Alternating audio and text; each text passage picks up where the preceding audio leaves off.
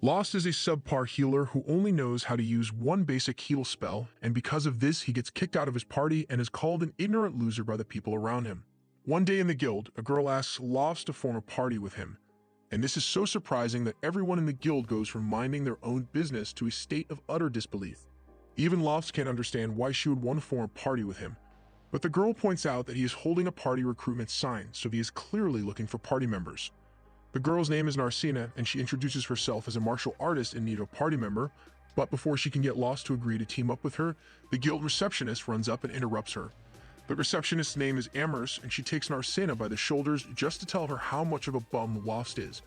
Lost is a healer, but he is only capable of using the basic heal spell despite having been an adventurer since he was a child.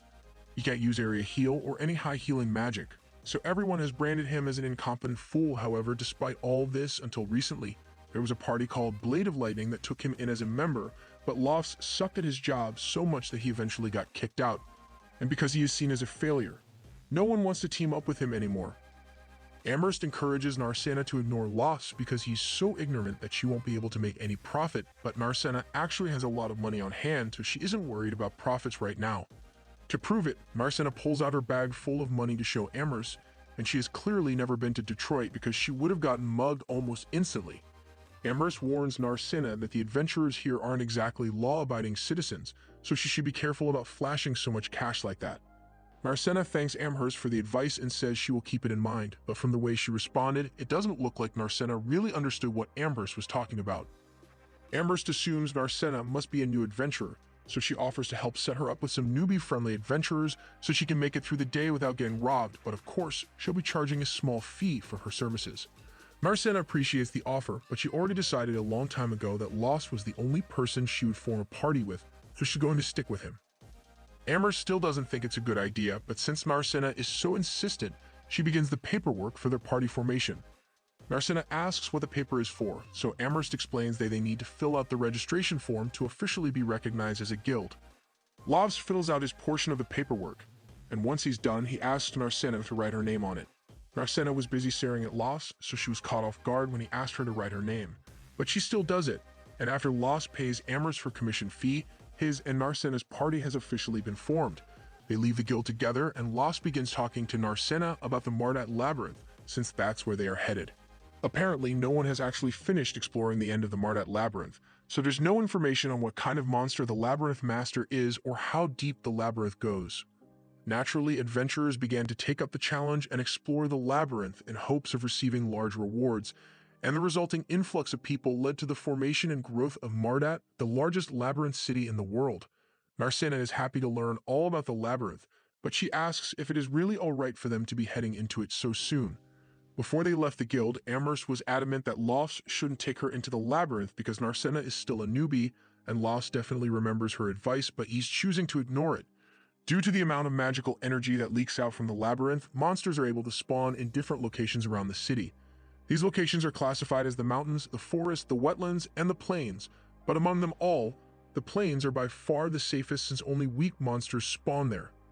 Normally, a beginner adventurer would start by practicing in the plains so they can get a feel for combat, but it's such a large area that it's pretty difficult to find monsters to fight there. In contrast, monsters appear by the dozens in the labyrinth, and as long as you don't go too deep, you won't run into any particularly strong monsters, so Lost figures it will be a lot quicker for Narcina to gain experience there.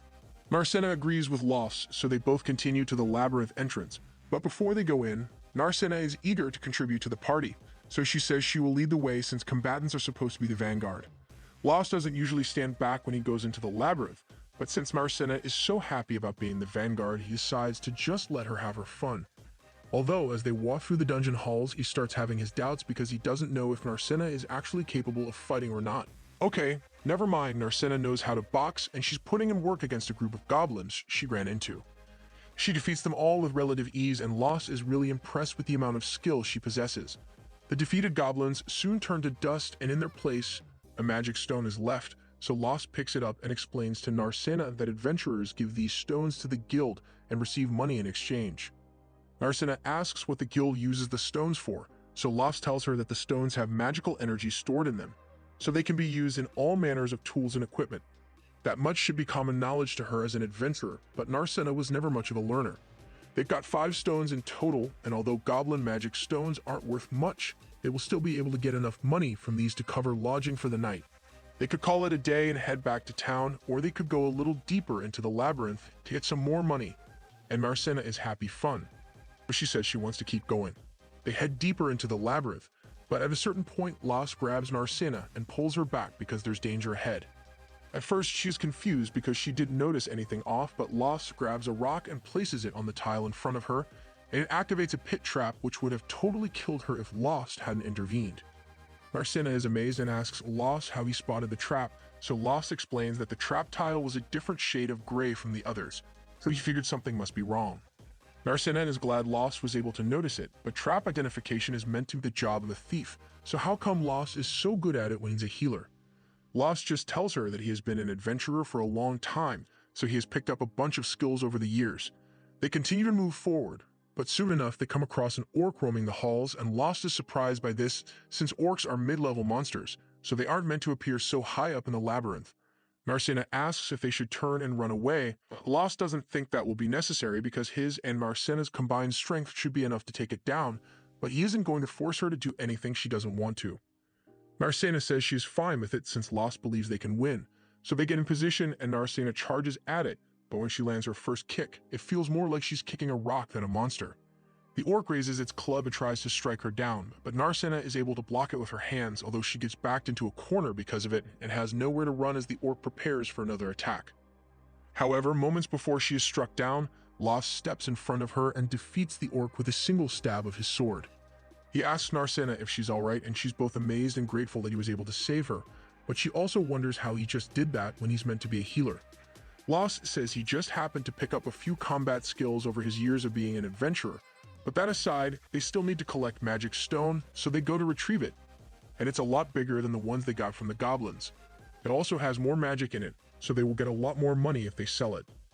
With that said, Lost asks her if she wants to call it a day and head back to the guild since they've earned enough money, and she has demonstrated her skills, but Marcena says she wants to keep going a little longer, so Lost ends up agreeing. By the end of their labyrinth exploration, they've gathered a lot of magic stones and returned to the guild to exchange them with Amherst. Amherst is surprised that they managed to get this many gems in only half a day, but then she notices the orc gem and begins scolding Lost for taking Marcena into the labyrinth when she specifically told him not to. It was really reckless of him to take her to the mid-level floors when she is just a beginner, but Lost says he didn't actually take Marcena to the deep floors. They were on the beginner level the entire time, and he only intended for them to fight goblins. But there was an orc roaming on the upper floors for some reason. Marcena confirms that Lost is telling the truth, so Amherst believes him, and his story isn't too far-fetched anyway, since there have been a lot of similar reports of high-level monsters showing up in beginner areas. Amherst isn't sure what's going on, but she knows it must mean something bad is going on down in the labyrinth. Although she doesn't get paid enough here to really care. Anyway, she asks if Lost is here to sell all these gems, and Lost says he is, so Amherst excitedly begins gathering the payment for him. Marcena notices that Amherst is a little too happy to be buying magic gems, so Lost explains that as guild staff, when Amherst buys magic gems from the adventurers she manages, she gets a fat commission on the sale. Once the money is ready, Lost is shocked to see just how much there actually is, but Amherst reminds him that half of that belongs to Marcena. Lost is aware that he only gets half, but even half is 10 times more than what he usually got paid when he was part of Lightning Blade, and that's when he realizes that he was scammed by Lightning Blade. Amherst kind of finds the whole thing funny, but Marcena reminds her that it's the guild's job to arbitrate when there are pay disputes, so Amherst says she will help Lost get his money back if he wants her to. He thinks about it for a second, but he eventually decides not to bother getting his money back since he has already formed a new party and he wants nothing to do with Lightning Blade anymore. After Lost leaves, the guild branch manager comes out, and while Amherst is busy counting her money, Handsome goes up to her and asks if Lost was just here, and if so, he hopes she didn't refer him to any parties. Amherst says she obviously didn't refer that idiot to any parties, but there was one girl who specifically wanted to form a party with him, so there was nothing she could do about it. At the same time, Lost and Marcena arrive at an inn, and Lost is welcomed by the innkeeper's daughter. She asks if Marcena is the girl who recently joined his party, and Lost confirms it, but he wonders how she knew about it already. The girl tells him that the news has been getting around since no one ever expected him to be able to form a party, but that aside, she asks if he is her to have something to eat. Lost would love some food, but first, he says he wants to reserve a room, so he goes to talk to the little girl's mother. Mary would be happy to get them a room, so she asks if they will be sleeping together or in separate rooms. Narcena blushes a little at the thought, but Lost tells Mary that they will be staying in separate rooms, although Narcena actually kind of liked the idea of sharing a bed with Lost. A little while later, Lost and Narcena go to bed, and once Narcena is alone in her room, she begins thinking about the first time she met Lost several years earlier. He had just saved her from an accident and was healing her wound with his basic heal spell, so she was really grateful that he took the time to heal her. So she decided right then and there that she would become an adventurer when she grew up and support Lost in any way she could. Since that day, Narcena began training relentlessly, and as soon as she heard that Lost had been banished from his party, she rushed over to the capital so she could be the first to team up with him. However, she is just now realizing that Lost probably didn't recognize her at all. Although it's hard to blame him since she did grow a lot taller than she was back then, she is wearing different clothes and her hair color even changed to blue. And even though she came here to help him, it turns out that Lost is so talented that he doesn't actually need her protection, but regardless of whether he recognizes her or not, Narcena intends to continue to support him no matter what. Still, she can't help but wonder why people in this city call him an idiot, even though he is so strong. Back when Lost was still a part of Lightning Blade, the party was up against a Hydra and one party member had already been injured by it, so it was Lost's job to heal her, while the party leader held off the monster. Unfortunately, while Lost was able to heal the physical injury, the woman was also poisoned, so she asked if Lost could deal with the poison as well. Lost apologizes and tells her he can't actually get rid of the poison, so the woman gets pissed because that means she has to recover by herself.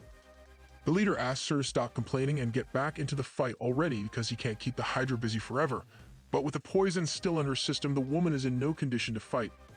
The leader asks Lost to get her back in shape, but Lost says he can't do it and that they should have brought an antidote potion with them. The leader argues that he didn't buy one because antidotes are expensive, and that's supposed to be Lost's job as a healer. Since Lost and Siberia aren't going to get much help for now, the leader turns to the mage and asks her to do something to help him because he can't handle the Hydra by himself. So Armia tries using a flame spell, but it does absolutely nothing against the Hydra, so she gets scared and drops her staff. Margulis has given up on his party's incompetence, so he turns around and orders everyone to retreat immediately. Since Margulis gave up, Armia breaks down and runs away as well, followed by Lost and Siberia, who still can't walk, so Lost is helping her. However, as they are leaving, the Hydra keeps a close eye on Lost for some reason. Once they got back to the guild, Margulis took great joy in telling Lost that he was being kicked out of the Lightning Blade party, and he justifies his decision by saying it's Lost's fault that they couldn't defeat the Hydra, although Lost doesn't think he's the only one to blame since both Margulis and Siberia were so excited to battle the Hydra that they stayed up all night and went into the fight sleep-deprived. The two of them refuse to accept any accountability for the failure, so they both look to Armia and tell her to decide who is at fault. Armia doesn't want to put the blame solely on Lost, but she also performed terribly during that battle, so she doesn't want Margulis targeting her instead for being useless, and thus she decides to throw Lost under the bus. Lost soon wakes up from his dream, and he realizes that he must still be bothered by what happened to him that day. Back before Lost joined Lightning Blade, he was already known as an idiot healer by everyone in town, although he still dreamed of becoming a first-rate adventurer. So when a party reached out to him with a position, Lost was overjoyed and jumped at the opportunity. However, once they were in the labyrinth, Lost soon found out that they hadn't hired him because they wanted a healer. They hired him because they wanted a human sacrifice to distract the monsters. Lost was tossed out and forced to run for his life while his so-called party members at the time tried to walk past him without a care in the world, but all of a sudden, the monsters turned their attention away from Lost and began attacking the other party members instead, leading to a total massacre. In the end, Lost was the only one who managed to survive, and while he knows it is normal for a weak commoner like him to be treated this way, he still wished that someone would acknowledge him as a real adventurer. Just then, as he was walking home, he came across a carriage that had been attacked by some goblins, and normally he wouldn't care enough to put himself in danger by helping, but he saw how scared the little girl looked, so he threw caution to the wind and ran down to defend her even though he was just a useless healer. He did his best to fight off the goblins, but he still sucked at combat back then, so in a matter of minutes, Bro got knocked out by a club to the back of the head. Lost fully expected to die that day, but he eventually wakes up and finds the little girl standing over him. He wonders how he could possibly still be alive, but then he looks over and notices that the Knight's Order had shown up and defeated all the goblins. He went through all the effort of trying to act heroic, but in the end, it looks like he is still an absolute idiot no matter what he does. However, despite the fact that he didn't do much, the girl still thanks him because his actions bought enough time for the knight's order to make it here, and she thought it was really cool the way he jumped in to save her. Lost notices a scratch on the girl's arm, so he raises his hand to heal her injury, and she is thankful for it. But Lost doesn't think he deserves any praise because low heal is the only thing he can actually do. The girl looks confused, so Lost tells her all about his weakness and how he was just tricked into going into the labyrinth just so he could be used as bait. And she feels sorry that he had to go through such a thing, so she stands up and declares that she will become an adventurer in the future and form a party with him so she can protect Lost. Soon enough, the girl left with a knight's order, and by now, Lost had pieced together that she was the daughter of a noble family, so he never believed she would actually become an adventurer or that he would ever meet her again. But nevertheless, her words gave him courage, so he decided to continue doing his best to become a proper adventurer. He went on a journey and soon found himself a mentor, so under their instruction, he began his training arc and worked tirelessly for countless hours to improve himself. And while as a healer he could still only use basic heal, he developed many other useful adventurer skills, so he was confident that he would no longer be a burden to anyone. And upon returning to pursue his adventurer dream, the first party he joined was Lightning Blade, but we all know how that turned out, don't we? Still, Lost is grateful to that girl, because if she hadn't said those kind words to him that day, probably would have quit being an adventurer once and for all that day. But it's not like he will ever get the chance to meet her again, and there's no way she would have actually become an adventurer like she said she would. Just then, Narcena knocks on his door, so Lost goes to answer it, and she tells him she was thinking about going down to get some breakfast, so she wanted him to come with her, and he happily agrees. After breakfast, they head down into the labyrinth again, and this time they are going for some of the lower floors. As they enter, Narcena spots an inscription in the ground, and it looks like it's a teleportation circle, although she has never seen one in person before. Lost explains that you don't find teleportation circles in every labyrinth, and this one was probably put here by magicians soon after the labyrinth was discovered, although he doesn't have much information about it. Narcena asks if they can use this to teleport to different locations, and that's technically correct, but there still needs to be a teleportation circle on the other side to exit from. That sounds really convenient, so Narcena wishes there was a teleportation circle installed in the city so they didn't have to walk all the way out here. But the knowledge used to create these circles was lost hundreds of years ago, so there's no way to make new ones. They both step onto the teleportation circle, and after a bright flash, they appear on one of the lower floors. Lost tells Narcena that this is one of the mid-level floors, so the monsters here are going to be a lot stronger than the goblins she fought yesterday, and he wants her to be extra careful. Lost and Narcena begin fighting their way through the floor, but Narcena goes off on her own and tries to punch a lich, but Lost warns her against it. Liches are monsters made up of pure spirit energy, so physical attacks won't work on it. Lost suggests they fall back since they don't have anything that can damage the lich, but Narcena says she actually has a trick up her sleeve that she may be able to work against it. Lost decides to trust her, so the two of them face off against the lich, and Lost goes out in front to act as bait. He then starts running away, and as the lich chases after him, he runs past Narcena, who is preparing herself to take the lich down. All people possess a form of spirit energy within them called prana, and as a martial artist, Narcena has training enough that she is able to control the prana within her body and use it as a weapon by covering her fists with it. This way, when she goes to attack the lich, she punches a hole straight through it, and it soon disintegrates like any other monster and drops its magic stone.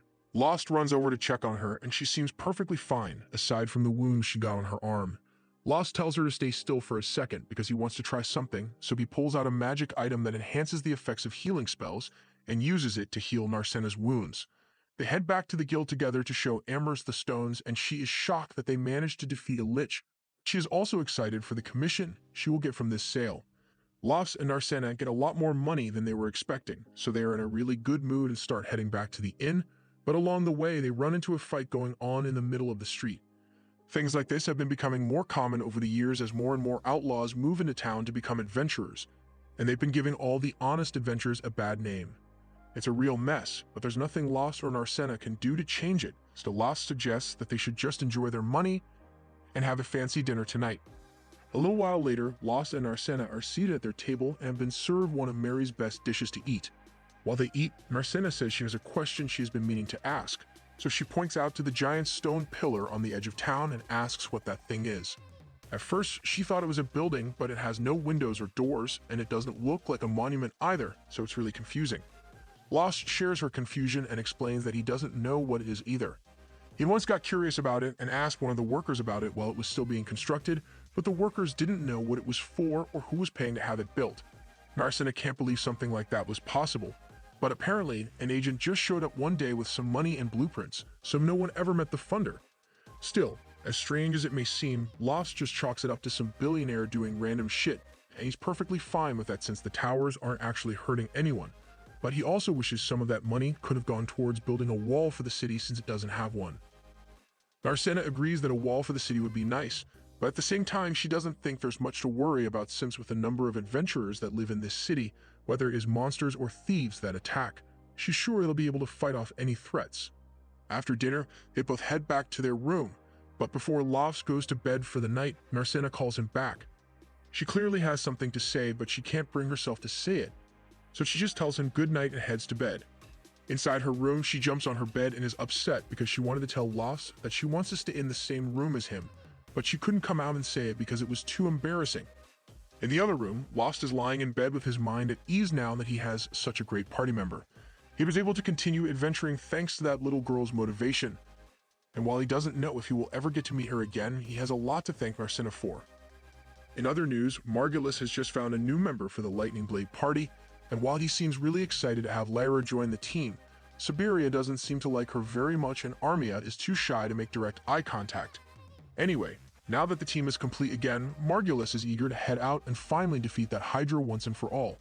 The party heads back to the swamp to confront the Hydra, and luckily the Hydra hasn't grown its head back yet, so they won't have to do as much work. Margulis quickly comes up with a plan of attack and says he and Leela will attack from the front, Armia will provide magic support, and Siberia will sneak up from behind. He's just about ready to run out into the action, but Leela calls a timeout because there's no way she can be on the front line of an attack as a healer. Margulis is confused because Lost always fought on the front lines with them, and Leela can't believe they were forcing their former to fight out on the front lines, but Lost never seemed to mind. In fact, Siberian recalls that Lost sometimes got some really good hits in, and he was actually the one who cut one of the Hydra's heads off. Leela is in disbelief after hearing this, but Margulis doesn't expect her to do something like that.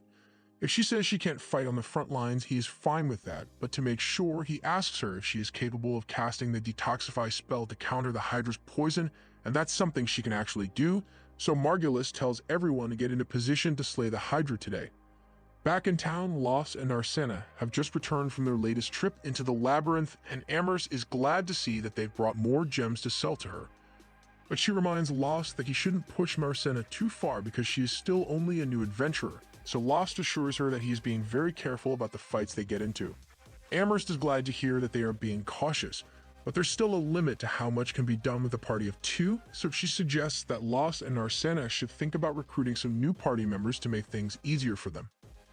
Lost agrees that more party members would make things easier, but ultimately, he decides that it isn't worth the hassle since he and Narcena are already making a lot of money as they are. Amherst admits that he's right since with the amount they've been making recently, they could probably rent a house instead of staying in an inn if they wanted to. Narcena had no idea it was possible to rent a house in the city, so Amherst explains that there's a limit to the amount of equipment and items that you can store at an inn, but that's not an issue when you have a private room, although it's quite expensive. But the real value shines when there's a male and female party, so the extra privacy allows for a lot of late-night activity. Narcena suddenly seems really interested in renting a private house for some reason, but seeing as Lost did not react, Amherst doubts late-night activity is a possibility in this case.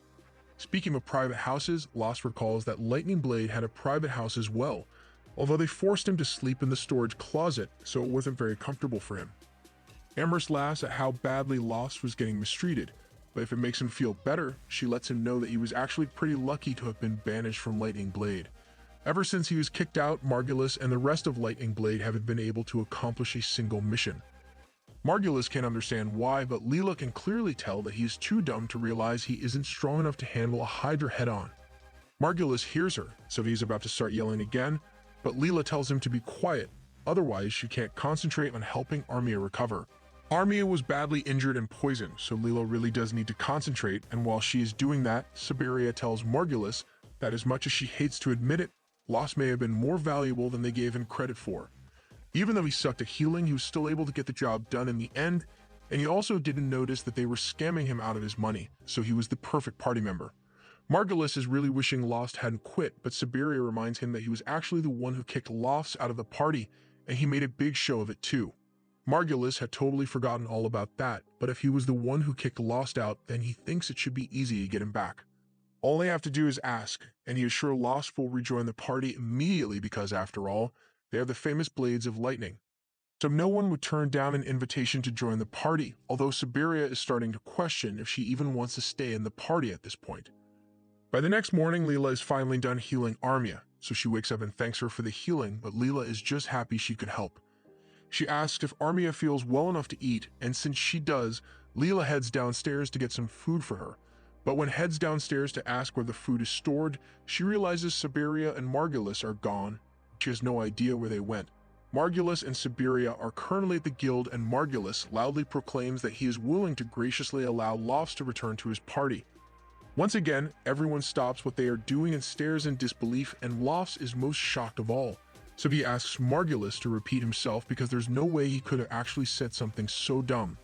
Margulis repeats himself, and Lost's ears weren't deceiving him, but he still doesn't know how to respond or such a ridiculous request. At the same time, Narcina and Amherst see what's going on, and Amherst explains the blonde guy is the leader of the party that kicked Lost out, and now he's trying to get him to come back by acting condescending. Lost obviously isn't amused with Margulis' speech, but before he can say anything, Margulis assumes he might be upset about the fact that they scammed him out of his pay while he was in their party, so Margulis apologizes and acts like it was an honest accident. He promises that Lost will get a fair share this time around, plus they could really use his help since the new healer Margulis hired isn't very useful in combat. Siberia thinks there's no way Lost will actually agree to Margulis' request, but to her shock, Lost actually thanks Margulis for the offer. Narcina refuses to let Lost be stolen from her, so she runs out in front of him and starts yelling at Margulis, saying Lost will never join his party again. Lost touches her shoulder and tells Narcina that she doesn't need to worry about him leaving, after which he turns to Margulis and tells him that he was only saying thanks to be polite, but he has no interest in ever joining his party again.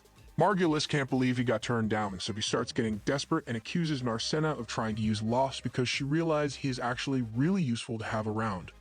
All Margulis' aggressive pointing is starting to get on Lost's nerves, so he grabs Margulis' hand and warns him that if he ever does anything to hurt Narcina, Lost will make sure his body will be mangled beyond recognition. Lost then turns to leave, and Narcina pauses for a second to rub it in Margulis' face one last time. After they've left, Margulis doesn't know what to do, but he still wants to defeat the Hydra, so he yells at Amherst to recommend him a new adventurer for his party, preferably one who can handle fighting on the front lines alongside him, and Amherst really doesn't want to have to deal with him, but it looks like she won't have to because an adventurer walks out from the crowd, and this dude looks like he completed all the side quests before coming here. The mysterious man offers to join his party and asks if Margulis is satisfied with his level of strength. Margulis checks the guy out, and he definitely looks strong, but to make sure, he is going to have to test his sword skills. He draws his sword and charges at the man, but with a simple swing of his sword, the man instantly disarms Margulis and makes him look stupid in front of the entire guild. After recovering from the embarrassment, Margulis says he will accept the man into his party.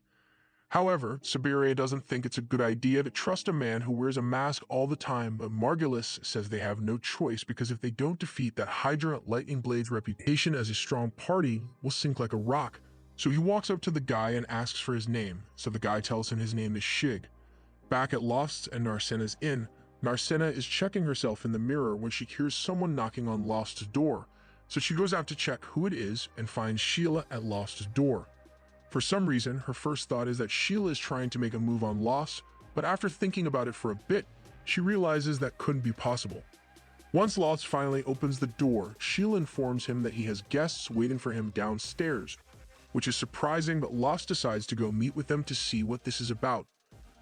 Once he gets downstairs, Lost and Narcina meet with Armia and Leela, and while Armia feels bad for coming at him with such a brazen request, she asks Lost if he could come and help them just this once.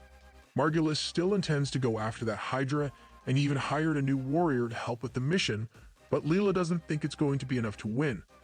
For one thing, Margulis is still too stubborn to buy an antidote potion because it costs money, and he's never going to realize how reckless he is being until someone ends up dying because of him.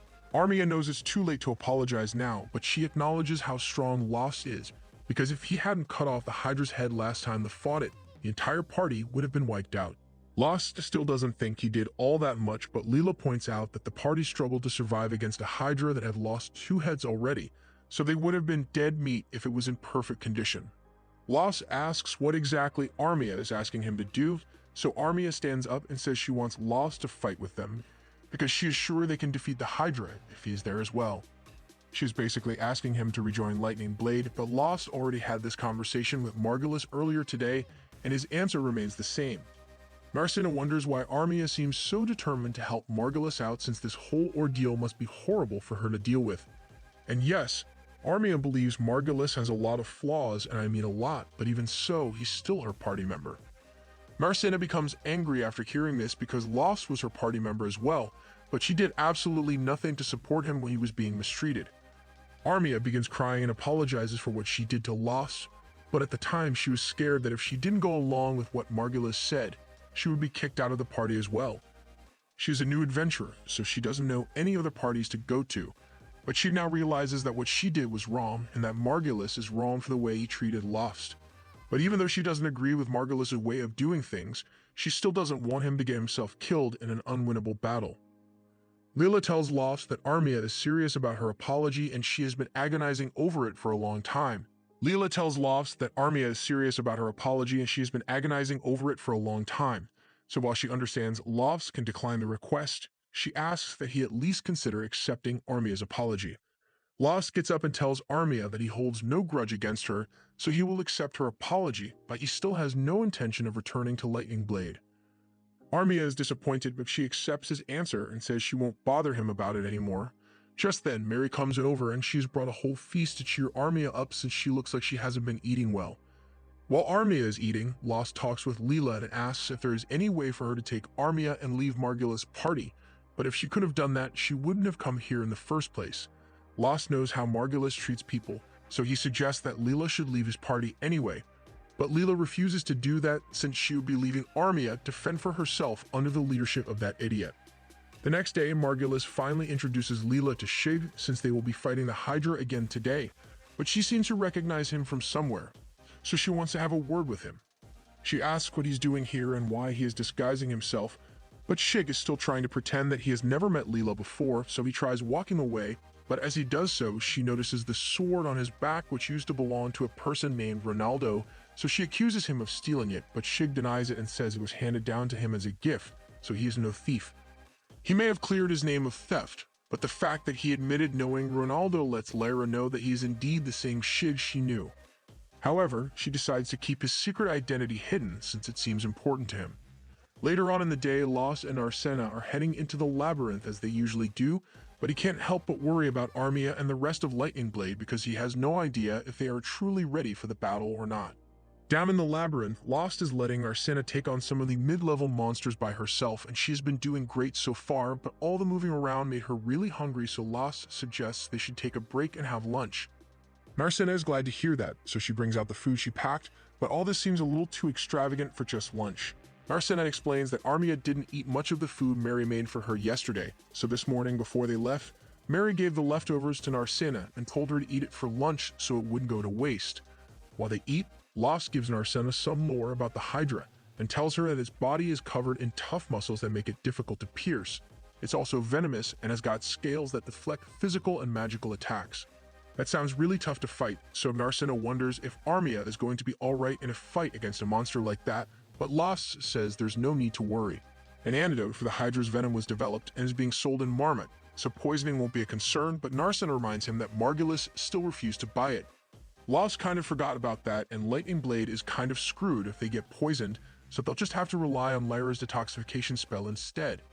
You can see that Marcina is getting worried about Armia and Lightning Blade, so he assures her that the party can handle themselves just fine without him. Margulis may be an idiot, but he is still a decent swordsman when he actually puts effort into preparing. And Siberia is quick on her feet, so she should be able to avoid most of the Hydra's attacks. In any case, it has nothing to do with Lost, and this is something Lightning Blade has to handle on its own, and they'll probably be fine.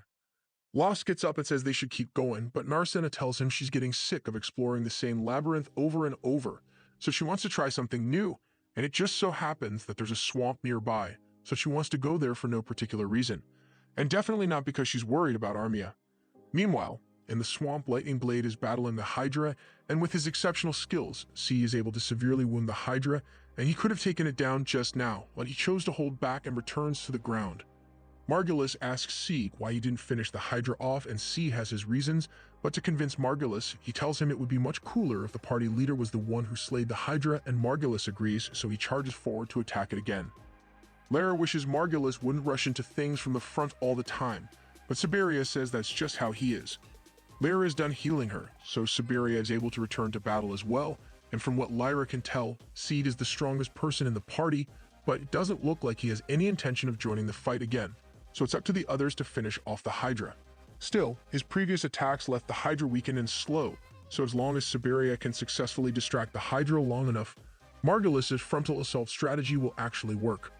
Armia is also keeping the Hydra busy with her magic, so if things keep going like this, then the team will eventually win.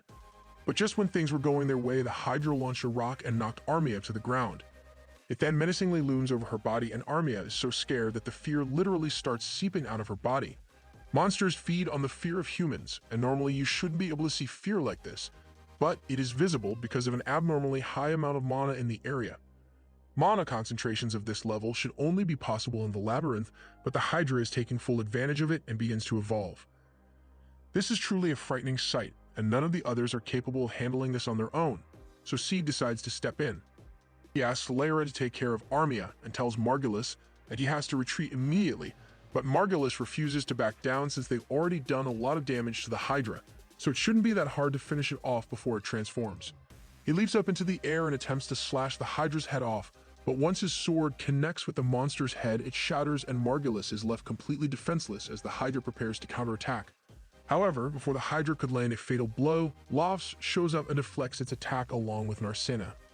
The Hydra backs off momentarily and Seed thanks Lofts for his help, but he says we'll handle the things from here, so he wants Lofts to go check on Armia since she's hurt. Lyra has already begun healing Armia, but the damage she sustained is severe and wizards are resistant to magic, so Lyra's healing magic isn't very effective. Lost offers to do the healing instead, so Lyra lets him, but she doesn't see what good it would do since basic healing magic is still going to be ineffective in this case. However, to her surprise, Lost starts spam casting heal until Armia begins to recover. This is the most absurd thing she has seen all day, but Margulis and Siberia don't think there's anything strange about it since this is how Lost always use healing magic, so they thought it was common practice. Lyra explains that not only is it extremely difficult to overlay heal spells like that, but she has never heard of it improving the efficiency of a heal spell before. Thanks to Lost, Armia soon wakes up and she is really glad to see Lost, so she thanks him for coming to help, but she soon passes out again. Lost has dealt with most of her injuries, so she just needs to sleep for a while to recover her strength. But just when Lost thought his job was done, the Hydra screeches a battle cry which loosely translates to, "Lost, come at me bro, I want a rematch." Steam was going to kill it himself, but since it seems to be holding a grudge against Lost, he asks Lost if he wants to do it instead. Lost agrees to fight the Hydra, and since Lost is going, Narcina says she'll fight as well. Nothing Lost says will get her to change her mind, so he lets her fight by his side, but only under the condition that she must retreat instantly if she feels like she is in danger. Since it has been settled that Lost and Narcina will be fighting the Hydra, Seed tells the others not to get involved in the battle for their own safety. Narcina throws the first punch to disorient the Hydra, and Lost follows it up by slashing at one of the Hydra's heads. Seed also decides to join in, so he charges at the Hydra and uses his sword to slash off one of its heads. Margulis is amazed by this since Seed is a lot stronger than he had initially thought, but even if Seed is strong, he wonders how Seed's sword remained intact when his own shattered upon contact with the Hydra. Lyra tells him that Seed is using a special magic sword, which is far more powerful than any regular weapon, but magic swords are extremely rare, so Margulis wonders who Seed is and how he acquired such a sword. The fight goes on, and Narcina attempts to land another punch on the dragon's sternum, but in the process she loses her footing, so the Hydra is able to take advantage and knocks her out cold. Now it could just kill her, but instead it stares straight at Lofts and communicates that it is sick of getting jumped, so it wants a fair 1-versus-1, otherwise it's going to end Narcina right now. Siberia can't believe the Hydra is smart enough to not only communicate off vibes alone, but to also know how to take a hostage. Lost has no other choice if he wants to ensure Narcina's safety, so he asks Seed and Lyra not to interfere from now on. Lost then attacks the Hydra by himself, but before long he gets knocked down by the Hydra as well. That was pretty anticlimactic since Seed was expecting Lost to be more impressive, But if this is truly all Lost has to offer, he is prepared to take down the Hydra instead. However, as Lost is about to lose consciousness, he reaches out to Narcena in an attempt to protect her, and all of a sudden, energy begins flowing out of his body and he stands back up to face the Hydra. Something is clearly different about Lost, but before the Hydra can react, Lost dashes forward and slashes off all the Hydra's heads in one fluid motion. Once the Hydra has been defeated, Lost loses consciousness again, and by the time he wakes up, Narcena is standing over him asking if he's alright. He says he's fine, but he's more concerned about Narcena's health since she took a direct hit from the Hydra. Narcena says she's perfectly fine, but only because Lara brought an antidote potion for emergencies, and that thing was expensive, so Lara says she will charge him for it later. That aside, she asks Lost what happened to him earlier, but Lost has no idea what she's talking about. Just then, Margulis interrupts and starts complimenting Lost on his strength and tries to convince him to rejoin his party. Lost cuts him off and says he's never going to rejoin Margulis' party, but Margulis keeps talking anyway. He says a lot of valuable magic stones were dropped from the Hydra and he is willing to split 3 ways with Lost if he joins them, but Lost finds it odd that Margulis only intends to split the reward 3 ways, so he asks what he means by that. Margulis says he's only going to split it for himself, Siberia, and Lost, so the other get nothing. Lara and Sieg are new to the party, so he couldn't care less about them, and Armia gets scared and hurt so often that he thinks she's useless now and wants nothing to do with her. He and Siberia even consider selling her off as a slave just to get rid of her, and at this point, Lost has had enough, but before he can do anything, Narcena beats him to the punch and knocks Margulis to the ground. Margulis begins bitching and yells that it's against the guild's rules for adventurers to attack each other, so he's going to report Narcena to the guild and have her expelled from the guild. He asks if everyone saw what Narcena did, but strangely, everyone got hit with a sudden wave of blindness when Narcena hit Margulis. But what they did see was the fact that Margulis and Siberia were talking about selling Armia off as a slave, and there are laws against that here. So they are both guilty of attempted human trafficking. Steed couldn't possibly overlook such a heinous crime, so with his authority he says he is placing them under arrest. Back at the guild, we find out that Steed is a direct adventurer of the royal family, and he had received reports that the security in this town was deteriorating due to the adventurers here.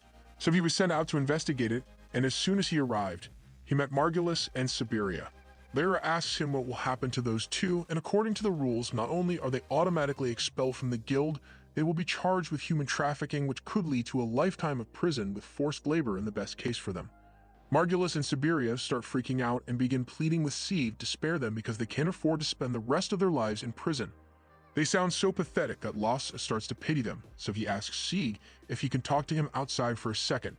Stieg agrees and asks what Lost wants to talk about, so Lost explains that those two may not be the most upstanding people, but just like him, they once had dreams of living as adventurers. However, at some point their dream changed to become top adventurers, and that led them to become obsessed with fame and fortune. Lost's point is that Margulis and Siberia weren't always like this, so while most people would have given up on them by now, Lost still wants to give them another chance to live as good adventurers, so he asks Sieg to let them off with a warning this time. Sieg doesn't understand how Lost can be so forgiving, but since it's what he wants, he releases Margulis and Siberia. But he warns them that if he ever so much as hears a rumor about them causing trouble, they will never see the light of day again. Margulis and Siberia take the hint and immediately start running to get as far away from sea as possible, but once they are gone, Amherst asks if it is really okay to let those two off the hook so easily. Sieg tells her that even if they expelled those two, it wouldn't make them better people, so he will be monitoring them to see if this has scared them straight or not. At the same time, Narcena apologizes to Lost because it was her that forced him to get involved and help Margulis, but Lost tells her it's alright. He may never be able to get over how Margulis and Siberia treated him back when he was a part of their party, but he feels a lot better now those two have left town, so he won't have to worry about them anymore. Later that day, Sieg meets with Lyra in private to explain the real reason he came to this city. He was tasked with monitoring Marmot because there have been an unusually high number of monster evolutions taking place here, and there's definitely some foul play at work, so he needs to get to the bottom of it. And to do that, he's going to need Lyra's help, so he wants to form a party with her like before. Lyra isn't opposed to the idea, but she says she will only agree to it if Sieg allows Armia to join as well, since Armia needs somewhere to go. Sieg says he's fine with it, and in fact it works out great for him since more party members means he can expand his surveillance. And there's a particular adventure that he has become interested in. The next day, Sieg and the others meet up with Lost and Narcena for breakfast, and they tell them about their decision to form a party together. Narsen is surprised to hear this, but their party composition is pretty balanced, since they have a warrior, a healer, and a mage. Marcina asks Armia if she's alright with this arrangement, and Armia is more than satisfied because she would have had nowhere to go if C and Lyra hadn't taken her in, so she feels deeply indebted to them for it. After breakfast, Narcina asks Los what he wants to do today, and surprisingly Los says the first thing he wants to do is head to the guild. Normally they wouldn't head there so early in the day, but with all the commotion yesterday, he forgot to exchange the Hydra Magic gem for money, so he wants to get that done now. But the gem isn't the only reason he wants to go. He has been thinking about taking on a quest from the guild, since it's a way they could make money aside from selling magic gems. Narcina knows quests involve accepting jobs to do things like defeat monsters, find special items, or act as bodyguards for a group, and in exchange for the service, the guild will pay them money. But she has never considered taking a quest herself before. However, Los tells her that if she wants to continue doing well as an adventurer, then she is going to have to gain some experience with completing quests alongside fighting monsters. Narcina is touched that Los is thinking about her so much, but when Los notices that she has gone quiet, he asks her if something is wrong and his face is a little too close to hers, so she is all embarrassed and tries to change the subject. A little while later, they finally arrive at the guild, but it seems like all eyes are on them for some reason. Narcina wonders why the atmosphere here seems so hostile, but then Los overhears some of the adventurers gossiping about how he single-handedly slayed the Hydra, and he now understands what's going on. He pulls Narcina aside to warn her that they are going to need to be careful from now on, since the others in the guild have learned about their fight with the Hydra, and there may be some people here who will try to steal a Hydra magic stone from them since it's really valuable. Just then, Los and Narcina are approached from behind by a group of adventurers, and Los recognizes the leader as Marnell. Marnell says he wants to have a little chat with Los, but Los is hesitant to agree since it looks like Marnell is trying to jump him. Marnell realizes there has been a misunderstanding here, so he tells his guys they are making Los nervous, so they should go wait outside for a minute. Marnell apologizes for coming to him with such a large group, but when his guys heard that Los the Ignoramus defeated a Hydra single-handedly, they all got curious and wanted to ask him about it. But before any of that, Marnell wants to sincerely apologize to Los for not helping him out when he needed it. Everyone in the guild knew that Margulis was mistreating Los, yet none of them did anything to fix the situation. They all just looked the other way and ignored Los' issues because they didn't want to have to deal with Margulis, and worse yet, they all mocked him behind his back, so they were just as bad as Margulis. While Marnell may not have done anything to Los directly, he knows the way he ignored Los was terrible. So he hopes Los can forgive him, but Narcina cuts him off and says his apology is not accepted. Los had to endure years of torment and mockery from everyone in this guild, so if they want forgiveness, Narcina says they all have to get on their hands and knees and beg for 3 days straight. Los pleads with Narcina not to take things too far because if she actually forces him to do that, then everyone is going to think Los is the bad guy here. Besides, even if he may have defeated the Hydra, Los is still an inadequate healer who can only use one heal spell, so he doesn't think they were wrong when they called him an ignoramus. Los clearly hasn't learned anything about self-respect because he tells Marnell it's okay for people to keep calling him Los the Ignoramus and extends his hand for a handshake to show that he has no hard feelings about it. Marnell shakes Los' hand and tells him that if he ever finds himself in trouble, then he and his party will do whatever they can to help. Now that that's over, Los and Narcina finally take the Hydra gem to Amherst so she can appraise it, but Amherst is left in utter disbelief because this is the most unique magic stone she has seen in a long time. The Hydra's mutation caused a drastic change in the composition of the stone, so now she says it might be worth well over 10 times the original price. Monster mutations don't happen often, so any mutated stone would be worth a lot on its own. But this one is from a Hydra, so it's especially rare. The fact that the Hydra mutated in the wetlands is also a problem though, since monster mutations require an enormous amount of mana, and the wetlands normally don't have enough mana to facilitate it. It's possible for mana to accumulate outside the labyrinth, but it's unlikely for that to happen naturally, and there's also the fact that Los and Narcina encountered a high-level orc on the upper floors of the labyrinth, so there's definitely something going on in there. Narcina asks why the guild hasn't done something about this, like send an expedition out to investigate the cause of these strange occurrences, and that's a good question, so Handsome, the branch manager, happens to be walking by, Los and Narcina decide to report the matter to him. In Handsome's office, Los and Narcina give detailed accounts of the high-level monsters on low-level floors and the Hydra mutating outside the labyrinth, but Handsome doesn't seem to care. Los tries to convince him that this is a serious issue since if they don't find out why monsters have been getting stronger lately, then other adventurers might end up getting hurt. But once again, Handsome says he doesn't have time to deal with such a trivial matter, And if adventurers end up dying because of something like this, then they were probably better off dead anyway. Lost sees that Handsome has no intention of investigating the events, but even if he's not going to do anything about it, Lost suggests that he should at least post a warning to let people know of the new dangers, but Handsome seems to have a personal grudge against Lost, so instead he warns Lost to either stop complaining or to get out of this town. They aren't getting anywhere with Handsome, so they leave his office and Narcina is really pissed at him for what he said. Lost tries to calm her down and says Handsome is probably too busy to deal with the issue, but that's not why Narcina is angry. She is angry because of the way Handsome treated Lost, because there was no reason for him to be so hostile, but Amherst tells her that that's just the way Handsome is. The master of this guild, Mist, is an old and reclusive person, so they almost never leave their office. That's why Handsome has been left in charge of running the guild, and though he may not be the best person, he gets the job done, so there aren't many complaints about him. The only problem is that he expects everyone to be perfect, so he would constantly berate people for even the slightest mistakes, and that really gets on her nerves. That aside, Lost says he has a favorite ask of Amherst since he was hoping to pick up a quest with Narcina. Amherst is more than happy to help, so she brings out a list of all the quests that are available at the moment and allows Lost to look through it. The quests all seem to be pretty mundane, especially this one about a guy looking for a fishing buddy in the labyrinth, so Narcina is really disappointed. Amherst understands that Narcina thinks it's a bit lame, but she would still be getting paid for it, so it's an official job and she shouldn't look down on it. While Lost is looking through the rest of the list, he notices a quest which involves defeating a monster, and Narcina seems to be a lot more excited about this one since it sounds like it will be action-packed.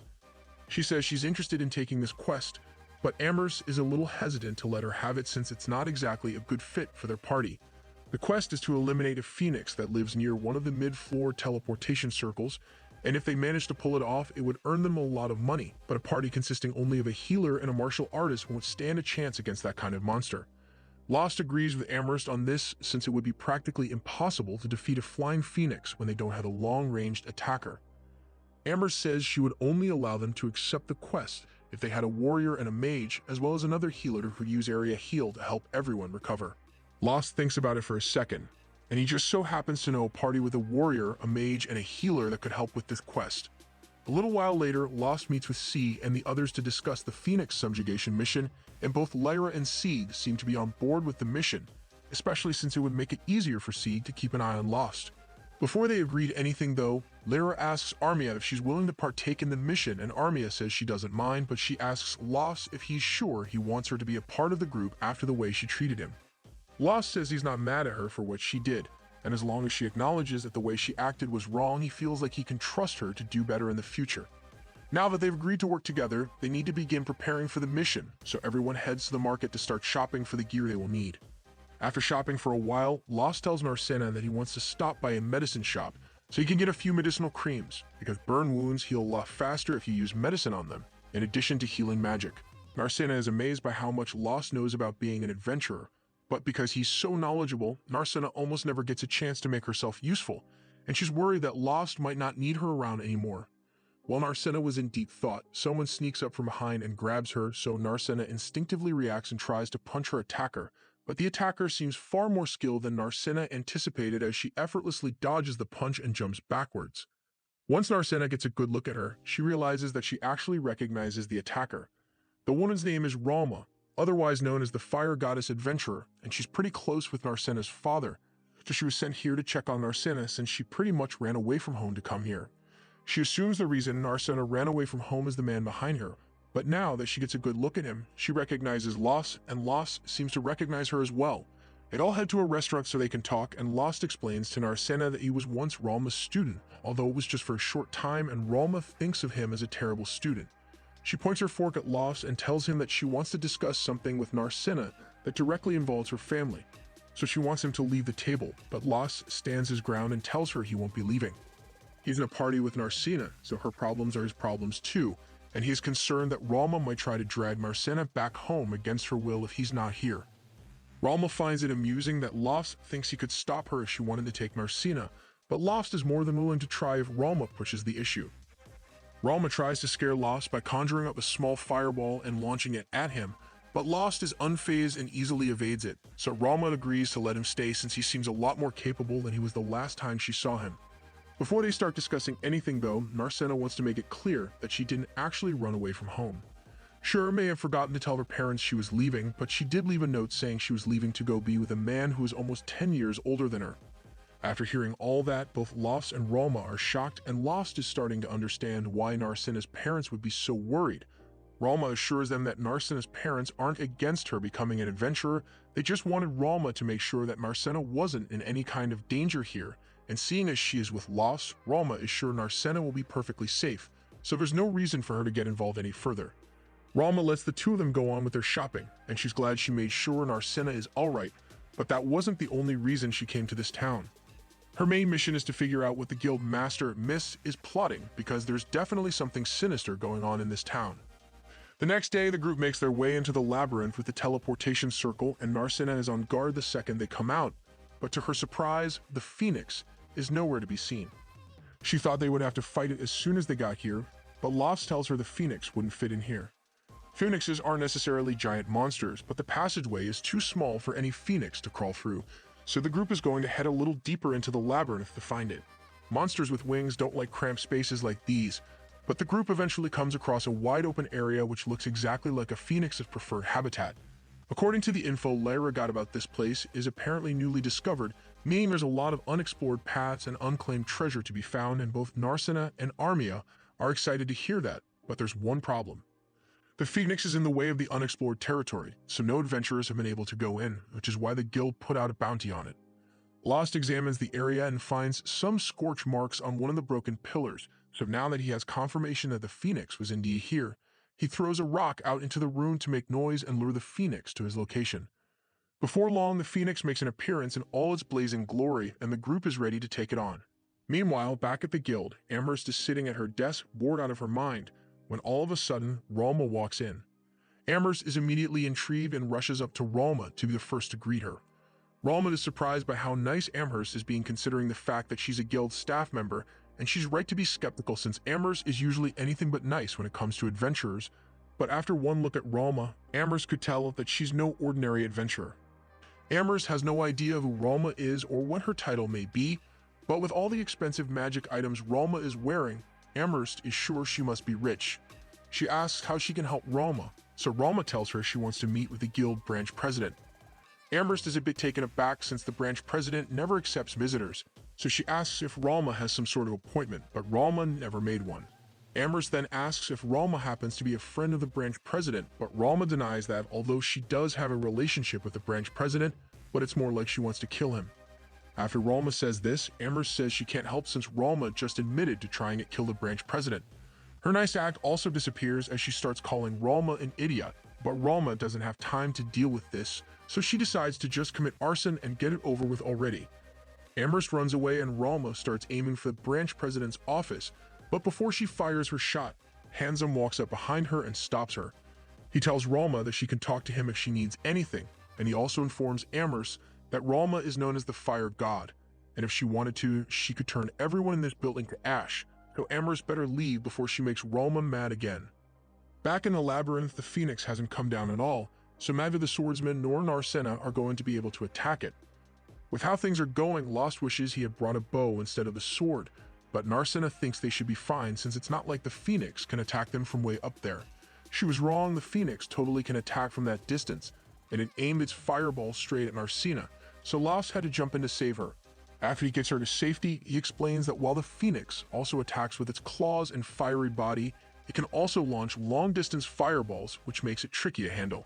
Back at the guild, Ralma speaks with Handsome in his office, and before they start, he asks her if her complaint is about the situation in the labyrinth as well. Ralma is surprised that he would mention that, so Handsome explains that he just had a couple of adventurers complain to him about the dangerous conditions within the labyrinth. Ralma asks how he responded to their complaint, but all Handsome did was tell the adventurer to leave town if he doesn't like the working conditions. That doesn't seem fair, but that's beside the point because Ralma has a different complaint to make. She has noticed that there are a lot of thugs in this city acting as adventurers, and she believes the guild is intentionally bringing them here.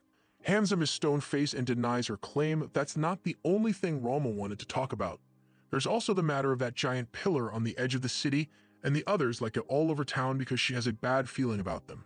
Handsome denies knowing anything about that, but Ralma accuses him of lying because for adventurer towns like these, the guild branch president is basically the king, so there's no way that Handsome could be the acting guild president and not have any idea about what those towers are. Handsome asks her if she's got any proof of her claims because if not, she should just leave if she doesn't like the situation here. That's another reason Ralma is suspicious, because not only did the guild bring those borderline criminals as adventurers, all the decent adventurers who complain about the guild's actions are told to leave the town. Ralma is just speculating here, but she thinks the guild might be planning something that involves sacrificing a bunch of adventurers in this town, so they are filling it with criminals who no one would miss and telling all the decent people to leave instead. And that sounds a lot like someone is planning a labyrinth rampage. Down in the labyrinth, the group is still having trouble dealing with the Phoenix and its fireballs. So far, none of them have been hit, but with all this fire, sooner or later, all the oxygen in the room is going to be burnt up, and they won't be able to stay any longer if that happens. Right now, the Phoenix is just trying to drive them out to protect its territory since it knows it can't beat the 5 of them in a fight, and that means they can escape if they need to. But they are here on a quest to take this thing down, so they got no choice but to fight it. Steve asks Armia if she knows how to use water magic, and it's not her specialty, but she says she can cast a water area attack. Even if she can't completely wipe out the Phoenix, if she can at least take out a bunch of its feathers, then it should be enough to bring the monster to the ground and allow Seed to finish it off. There's still a bit of a problem since it will take Armia a while to cast her spell, but until then, Seed promises that he will make sure she isn't harmed. Lost and Arsena are also going to be there to help, so she can rest assured that the plan will work. Armia agrees to do it, so everyone charges forward and begins drawing the Phoenix attention. While they have it distracted, Lara tells Armia to get ready so she begins casting her spell and forms a water arrow. Once she is done casting, she fires it at the Phoenix, and the spell takes out one of the monster's wings, so it falls into Seed's range of attack. Once the opportunity is presented, Seed draws his sword and stabs into the Phoenix's chest, but the cut was too shallow to be fatal, so the Phoenix is able to fly back up and perch on a nearby pillar. They may not have been able to take it down with that strike, but the wound Seed inflicted has done a considerable amount of damage to the Phoenix, so if they keep up this pace, they should be able to defeat it. Back at the guild, Handsome tries to dismiss Ralma's claim that a labyrinth rampage will occur, but given the recent events that have taken place in this town, she believes is more than likely to happen. The most concerning indicator is the incident with the Hydra evolving outside the labyrinth, and as much as Handsome has been trying to ignore the problems that have been arising, he can't deny that the ambient mana levels in this area have been insanely high recently. In fact, while that conversation was going on, the Phoenix down in the labyrinth began taking advantage of the high mana levels and started evolving. Lost's group sees this, but by the time they realize what's going on, it's too late to stop it because the Phoenix is already transformed and is now glowing bright blue. Narcena is confused because Lost told her evolutions are supposed to be rare, and Lost is just as confused as she is because 2 high-level evolutions happening in the span of a few days is completely unheard of. Armia starts freaking out after the monster evolves, and if she ends up passing out in fear like last time, since monsters feed on fear, she's basically going to become a power plant for the Phoenix. On top of that, if Armia isn't able to overcome her fear on her own, then she's always going to be a useless adventurer. The Phoenix catches a whiff of Armia's fear and immediately locks in on her, spitting an extra large fireball in her direction. There's plenty of time to dodge, so Lara yells for Armia to run, but Armia is frozen stiff by fear, so Lara is forced to run up and drag her out of the way, but they aren't going to be able to get out of the way in time. At the last second, before the two could become charcoal, Seed jumps in and slashes the fireball in 2. He made a promise that he would not let Armia be hurt. No matter what, he's going to keep his word, so he pleads with Armia to get back on her feet and fight with him. Hearing this, Armia finally snaps out of it and realizes that her friends are going to die if she doesn't get her act together. So she stands and apologizes to them, but she's ready to cast her spell, but she's going to need them to buy her some time. Narcena is the first to run out and attack the Phoenix, since it's within her strike range, but even though she got a clean hit off on it, the Phoenix took no damage and Narcena's fist catches on fire. Luckily, it was just her glove that was on fire, but now she's starting to reconsider the viability of boxing the Firebird. The Phoenix comes back for round 2 and Narcena has no way of defending herself, so Lost jumps in and blocks its attack with his sword. Unfortunately, the Phoenix's flames are insanely hot, so while he manages to save Narcena from getting burned by using his sword, he no longer has a sword to use. Thankfully, while Narcena and Lost were engaged with the Phoenix, Armia had enough time to finish casting her next spell, and while it's difficult to perform 2 attack spells in a row, she managed to successfully fire a massive ice arrow at the Phoenix and take out one of its wings. Seed then runs out in an attempt to finish off the Phoenix, but the last second. It starts flying again and Armia doesn't have enough energy to fire another spell, so it looks like they might be screwed. But just then, Narcina comes up with an idea and starts climbing up using some broken pillars until she's above the Phoenix. And now that she has the high ground, she uses a spirit kick to knock the Phoenix back to the ground, and the second she does, Lost shows up and uses his dagger to finish it off. After the Phoenix disappears, everyone begins congratulating Armia for doing such a good job since they never could have defeated the Phoenix without her attack magic. Armia is so glad that she finally made herself useful that she breaks out in tears and thanks everyone for their support. While Armia goes to pick up the magic crystal, Sieg and Lyra talk to one another, and they comment on how Lost didn't end up transforming like he did last time. They have no idea what happened to him back then, but until Sieg can figure out what's going on with him, he will have to keep a close eye on Lost. The group returns to the inn after that, and Ralma is already there waiting for them. She congratulates Lost for successfully taking down the Phoenix, and Lost appreciates it, but he wonders how Ralma could have possibly known about that. Ralma mentions that she met this particular guild receptionist earlier today, and she told Ralma everything about Lost's mission in exchange for some money. Since Lost and the others came back alone, Ralma assumed they must have succeeded, and that means they will get a lot of money from it, so she asks Lost to treat her to dinner. Lost ends up agreeing, but he knows Ralma can't handle her alcohol, so he asks her to hold back, but she's not going to listen to him.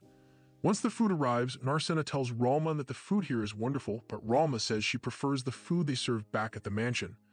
Armia is confused when Ralma mentions a mansion, so since none of the others seem to know about Narcina's family, Ralma explains that Narcina is the daughter of Earl and Alestria.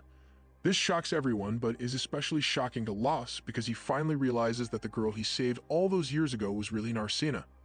Later that day, Hamzam goes to meet with the guild branch president in his office and informs him that there was yet another mutation, but he also has other news to report. So he tells the branch president that Ralma is in town, and this pleases the president since having his disciple around is going to be helpful.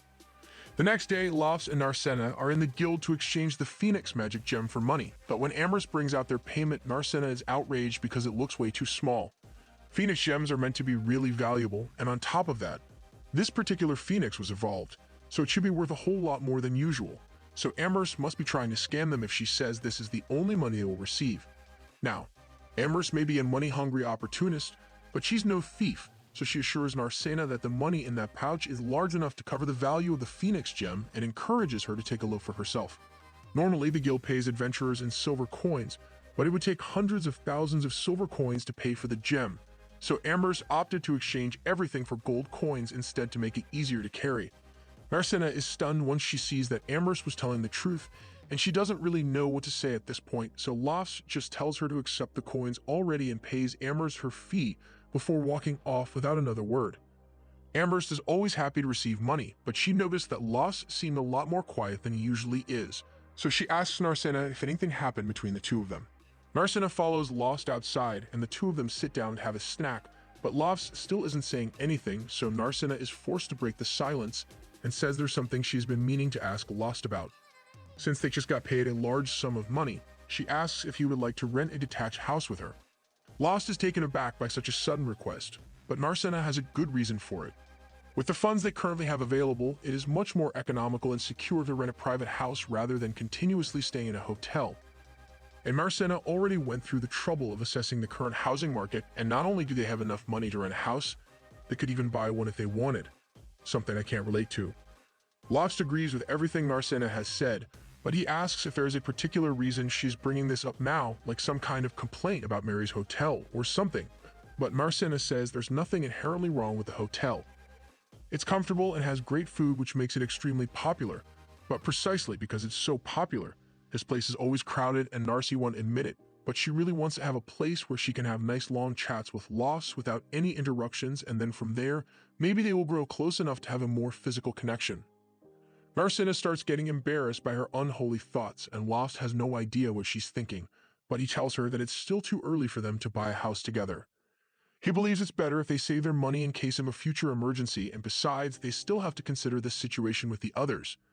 After they got back from the Phoenix hunt, Sieg suggested that they should all form a permanent party together since they work together really well. And although Lost hasn't given him an answer yet, he is seriously considering it as an option. If they plan to go into the deeper floors of the labyrinth eventually, then Lost and Narcina are going to have a difficult time making it on their own. That's why Lost wants to add new members to the team, and he's specifically talking about C because he is clearly a very strong adventurer. Narcissa doesn't want to have to share Lost's attention, but she can't deny that he is right about needing strong teammates, so she ends up agreeing to form a party with Sieg and the others. Later that day, Lost and Narcissa meet up with the others and agree to merge parties with them. So Sieg proposes a toast to celebrate their new party. Mary overhears this and decides to treat everyone to a special meal, and after they are all done eating, Armia is pretty much in a food coma. Since it's getting pretty late, Lara decides to take Armia to bed, so she picks her up and starts dragging her upstairs. Lara continues walking to the stairs with Armia, but as she's about to head up, Narcissa comes up to her and says there's something she wants to talk to her about. They head up together, and after getting Armia into bed, Narcissa tells Lara about the conversation she had with Lost earlier about buying a house together. Lara is impressed by how bold Narcissa was to ask Lost to live with her, but Narcissa says Lost rejected her idea, so she's starting to think he might hate her. Lara assures Narcissa that Lost doesn't hate her, and it's much more likely that he just doesn't want to rush into things because he cares about her so much. Lost doesn't seem like the kind of person to be shy about this kind of stuff, but every man has their own personality, so Lara advises Narcissa to be patient with him. Narcissa thanks Lyra for the good advice and says she is glad she came to Lyra for help because she knew Lyra would have good relationship advice to give, but all Narcissa's praise just reminds Lyra of the fact that she has never had a boyfriend.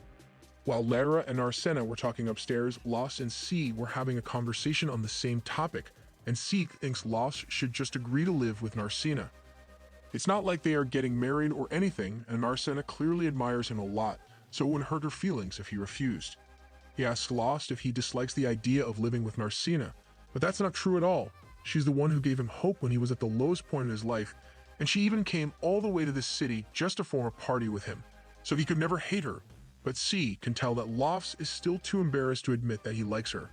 Back to Lara and then Narcissa's conversation, Lara starts talking about her romantic history, and how when she lived in the royal capital, several men were trying to earn her affection, so much so that they would join her party just to get close to her. C was one of these guys, and one day while he wasn't around, another guy tried getting frisky with Lyra completely unprompted, but she refused to let it happen, so she knocked him out and dragged him outside. She was willing to let it go, but when Sieg found out, forgiveness wasn't an option, so he yeeted the guy out of the city, and then he vanished from the city as well. Lyra has no idea what Sieg was thinking at the time, but Sieg confides in Lost about the same story and explains that he was angry at himself for not being there to protect Lyra, so he didn't know how to face her. After he left the royal capital, a lot of time passed and Sieg ended up coming to this city for a mission.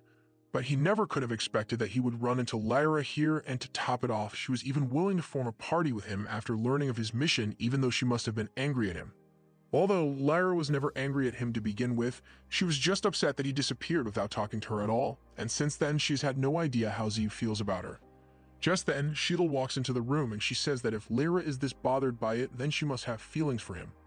Downstairs, Sieg apologizes to Lost for making him listen to his story, but back to the initial topic, he asks Lost once more why he refused to live with Narcissa when she asked him to. Lost isn't entirely against the idea, and in fact, it made him happy when she said she wanted to live with him, but there is something he wanted to confirm before he made any decisions. Just then, Amber shows up at the inn, and she's been looking for Lost because she has prepared the investigative report he asked for. Sieg is a bit confused because he didn't think the guild offered private investigations, but Amber's isn't doing this because of the guild. Lost had personally asked her to do a little research for him, which is why she's here after hours. She asks Lost if it's alright for her to talk about this with someone else at the table, but Lost trusts Sieg, so he says it's fine for him to know. So Amherst begins her report on Narcissa. Narcissa is the only daughter of the Earl of Analestria, and normally Narcissa and whomever she chose to marry would inherit the title from her father, but one day she suddenly said she wanted to become an adventurer. It isn't unheard of for a noble person to become an adventurer, but no parent would approve of their only child taking on such a dangerous job, so the Earl was initially against the idea. However, that all changed because one day Narcissa woke up and her hair had randomly turned blue. The main reason Lost didn't recognize her at first was because of her different hair color, and while he knew it had changed, he never expected that it all changed overnight. The cause of Narcissa's hair color change is still unknown, but when it happened, the Earl suddenly stopped objecting to Narcissa's wish to become an adventurer. Lost wonders why the Earl would change his mind so abruptly, so Sieg theorizes that Narcissa might soon die, so her father is trying to give her the freedom to enjoy herself before she dies. That's certainly a possibility, but Narcina is currently strong enough to punch a phoenix out of the sky, so she doesn't seem like she's going to be dying anytime soon. Regardless of the reason, the fact of the matter is that Narcina has her father's consent to be here, which is what Lofts was worried about. He didn't want to doubt Narcina when she said she was allowed to come here, but there was always the chance that she was lying because she wanted to be close to him, so he had to make sure she had consent. After Amherst has been paid, she leaves because she's not interested in this conversation, and once she's gone, Sieg asks Lofts what his plan would have been if he discovered that Narcina's father objected to her adventurer status. First off, Lofts would have told her to go home temporarily to try and convince her parents properly, but even if that didn't work, he would still offer Narcina as much help as necessary, although it seems like he won't have to worry about that now. The girls upstairs are laying all the facts out, and basically, Narcina is the daughter of an earl, yet she trained incredibly hard, dropped everything to come here when she found out that Lofts got kicked out of his party, and to top it off, she boldly asked him to live with her. They are all really impressed with how proactive Narcina is with her romantic pursuit, and Lyra wishes she could do the same, so the girls come up with a plan to make that happen. They take Lyra downstairs and force her to confess her feelings to Sieg, so she asks him if they can have a private chat outside. Sieg doesn't know what's going on, but he can see that she's serious about this, so he agrees to go with her, and while they are outside, she works up the courage to ask Sieg to be her partner. Sieg doesn't see what the big deal is since they are already a part of the same party, but that's not what Lyra meant. She clarifies that she is talking about being partners for life, and when she says this, it finally dawns on Sieg that she's talking about a romantic partnership. All the girls are eagerly spying on the conversation from the door to see what Sieg says, but he's so too flustered to give an answer right now, so he tells her he will think about it. Lyra isn't satisfied with this because she just poured her heart out, and all Sieg could say is that he will think about it. But then again, Sieg has never been the type of guy to plan ahead for this sort of thing, so she understands why he would want time to think about it, and she's willing to wait. The girls are all glad that things worked out between those two, but then Lofts turns to Narcina and asks her if she has time to talk with him tomorrow because there's something important he wants to tell her. Down in the labyrinth, a group of rookie adventurers have been cornered by an orc on the upper floors, and they have no chance of beating it, so they all try to hide until it leaves the area. Luckily, the orc doesn't notice them as it passes, but when everyone tries to make it to the exit, another orc shows up and blocks their path. To make things worse, the first orc is also doubling back, so in no time, the group is going to be trapped on both sides if they don't do something quickly. But not to worry, because the leader of the group planned for a situation like this to make sure everyone survives, which is why he brought Keith. But as for poor Keith, yeah, he's not making it out of this one because they're using him as bait to lure the orcs while they escape. Meanwhile, in town, Lofts and the others are having breakfast together, but Narcina is so lost in thought that she can barely focus on her food. Sieg and Lyra are starting to get worried about her, and they assume she's acting this way because Lofts said he had something important to tell her, but he never told her what it's about or when they would have this conversation. So she's constantly daydreaming about what it might be. Lyra tells Lofts he should probably hurry up and have that discussion with Narcina, but Lofts doesn't want to rush into it because it's a very serious matter. However, if he doesn't get it over with soon, Narcina is going to start eating flowers at some point, so he decides to have that talk after all. He goes over to Narcina, and as soon as he calls her name, she nervously jumps up and asks what he needs. Lofts tells her that he wants to have that discussion they talked about earlier, and Narcina is eagerly awaiting what Lofts has to say, but before he could actually say anything, the door to the inn swings open and somehow, Keith managed to survive being abandoned in the labyrinth. Sheila seems to know who he is, and she is really worried about him, so she runs over to check on him and his injuries. A little while later, Lofts is fine healing Keith, so he tells everyone that the kid is going to be alright since his injuries weren't as bad as they looked. For now, Lyra and Sheila are going to be looking after them, but the others are a bit confused to hear this because it makes sense for Lyra to look after him since she's a healer. But why does Sheila need to be there? Mary comes over and explains that Sheila has been friends with Keith since they were little. Keith is a labyrinth orphan, and he's the same age as Sheila, so Mary couldn't just abandon him, which is why she'd often let him hang out and eat with them. She grew fond of him, so she would have happily let him work at the inn, but Keith wanted to become an adventurer, so she let him follow his dreams. He even looked so happy when he told her he got accepted into his first party, but look at how that turned out for him. Lofts apologizes to Narcina, but he's going to have to talk to her later because there's something he needs to take care of first. Lofts already called in a favor to help track down the people that ditched Keith in the labyrinth, and the guild members have already beaten them up pretty badly for what they did. They offer to let Lofts decide the punishment for the treacherous party, but Lofts thinks they have been beaten badly enough already, so he tells everyone to cut the party loose. but he makes it clear that he never wants to see the party anywhere near this city again, so the party runs off. Amherst understands why Lost asks for everyone's help to punish that party, but disputes between adventurers are meant to be handled by the guild, since you can't condone them taking actions into their own hands. The adventurers are enraged to hear that since the guild did absolutely nothing to stop those people from abandoning Keith in the first place, and it's not like they were taking any other actions to get justice. Amherst admits that the guild's response to these kinds of situations is pretty lacking, but she has orders from management that she has to follow. Just then, Handsome shows up and starts scolding the adventurers for daring to take matters into their own hands and banish that party. He tells them they had no right to do that, but the adventurers clap back and yell that Handsome has no right to say that to them when he did literally nothing to solve the problem, but Lost tells everyone to calm down and says he will talk to Handsome to air out their grievances. Once Lost meets with Handsome, he explains everything that happened, and while Handsome still isn't pleased that the adventurers handled it by themselves, now that he knows the full story, he understands why they did it. Lost asks him why he doesn't do anything to prevent these kinds of situations, because other cities at least have policies in place to protect Labyrinth orphans from being treated as bait, but Handsome counters with a simple question and asks if any of those policies would be enforceable down in the Labyrinth. Cities can make all the fancy rules and regulations they want, but if it doesn't result in any beneficial changes, then there's no point in wasting time and money on it. Lost asks if Handsome intends to just abandon all the Labyrinth orphans that end up getting used as bait, but he tells Lost he is mistaken about something. Handsome has always made it clear that anyone who doesn't like the way this city operates should leave, and that's not just because he doesn't like complainers, it's because he believes people should only become adventurers if they can handle it. This may be an adventurers guild, but they've never once forced anyone to become an adventurer, and the same goes for Keith, since if he can't handle the risks that come with the job, he should have chosen a different path in life. Lost wants to tell him he's wrong, but he kind of agrees with Handsome about that. However, he still believes that there must be some way to deal with the situation and save the Labyrinth orphans. Handsome gets up and recalls something that a man once said. As an adventurer, the incompetent are as good as dead, so it's best to be prepared from the start.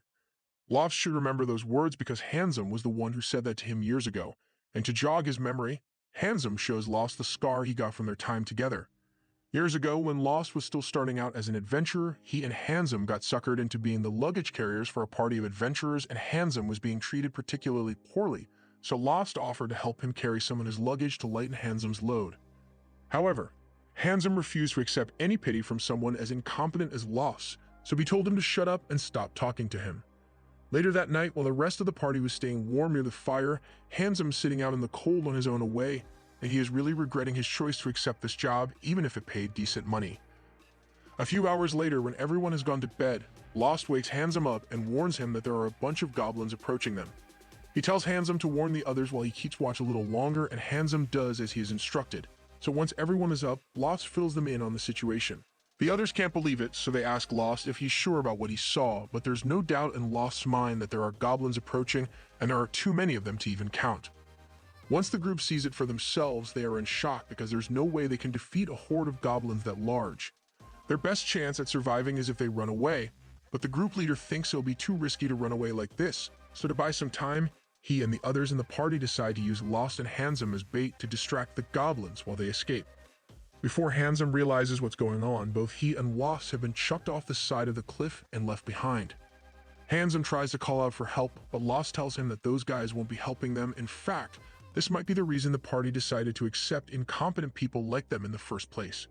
The situation infuriates Handsome, but he can't do anything about it until they get out of here, so he and Lost promise to make it out of this alive with one another and get their revenge on that party for abandoning them. The two battle against the goblins for a long time, but ultimately, there's not much they can do to defeat such a large horde when there's only two of them, so they are forced to hide in a hollow tree to avoid the goblins for a little while. Handsome is starting to feel like there's no hope of surviving the goblin horde after all, and he can't stand the fact that the other party members are going to survive by sacrificing him. About that, not many people know this, but goblin hordes actually tend to prefer attacking larger groups of people, so if the goblins locate the party, they'll redirect all their forces to attack them. Just as Lost says this, the goblins locate the party and all start running off to attack them, and while the party is being massacred, Lost and Handsome are able to sneak out of their hiding spot undetected.